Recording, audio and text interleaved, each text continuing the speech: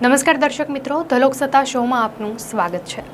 દેશમાં ઘણા સમયથી જાતિ વસ્તી ગણતરી કરવાની માંગ કરવામાં આવી રહી હતી, ત્યારે તેના પર ફાઇનલ મહોર વાગ્યા બાદ હવે તેની તારીખ પણ સામે આવી ગઈ છે।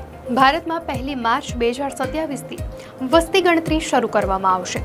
આ જાતિગત વસ્તી ગણતરી 2 તબક્કામાં કરવામાં આવશે। આ સમય દરમિયાન જાતિગત વસ્તી ગણતરી પણ હાથ ધરાશે। આ જાતિગત વસ્તી ગણતરી 2 તબક્કામાં કરવામાં આવશે। મીડિયા રિપોર્ટ અનુસાર લદ્દાખ, જમ્મુ કાશ્મીર, ઉત્તરાખંડ અને હિમાચલ પ્રદેશ જેવા પર્વતીય રાજ્યોમાં 1 ઓક્ટોબર 2026થી વસ્તી ગણતરી શરૂ કરવામાં આવશે। દેશમાં છેલ્લી વસ્તી ગણતરી 2011માં હાથ ધરવામાં આવી હતી, ત્યારબાદ 2021માં તેનો પ્રસ્તાવ મુકાયો હતો, પરંતુ કોરોના સમયગાળાને કારણે તેને મુલતવી રાખવામાં આવી હતી। હવે સરકારે 15 વર્ષ પછી 2026માં વસ્તી ગણતરી કરવાનો નિર્ણય લીધો છે।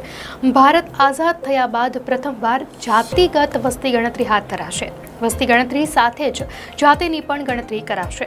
ગત મહિને કેન્દ્ર સરકારે જાતિગત વસ્તી ગણતરી કરવા માટે મંજૂરી આપી હતી। સૌથી મહત્વની વાત એ છે કે 1931 બાદ અત્યાર સુધીમાં ભારતમાં કોઈ પણ જાતિ વસ્તી ગણતરી કરવામાં નથી આવી। વસ્તી ગણતરી દરમિયાન લઘુમતીઓ, અનુસૂચિત જાતિ અને અનુસૂચિત જનજાતિની ગણતરી કરવામાં આવે છે, જ્યારે અન્ય જાતિની ગણતરી કરવામાં નથી આવતી। વસ્તી ગણતરી પ્રક્રિયા સંબંધિત અધિકારી દેશના લોકો સંબંધિત આંકડા એકત્ર કરશે। તેમાં સામાજિક, ડેમોગ્રાફિક, સાંસ્કૃતિક અને આર્થિક ડેટા સામેલ થાય છે। નીતિ નિર્માણ અને વિકાસ પરિયોજનાઓને લાગુ કરવામાં આ ડેટા મહત્વપૂર્ણ ભૂમિકા ભજવે છે।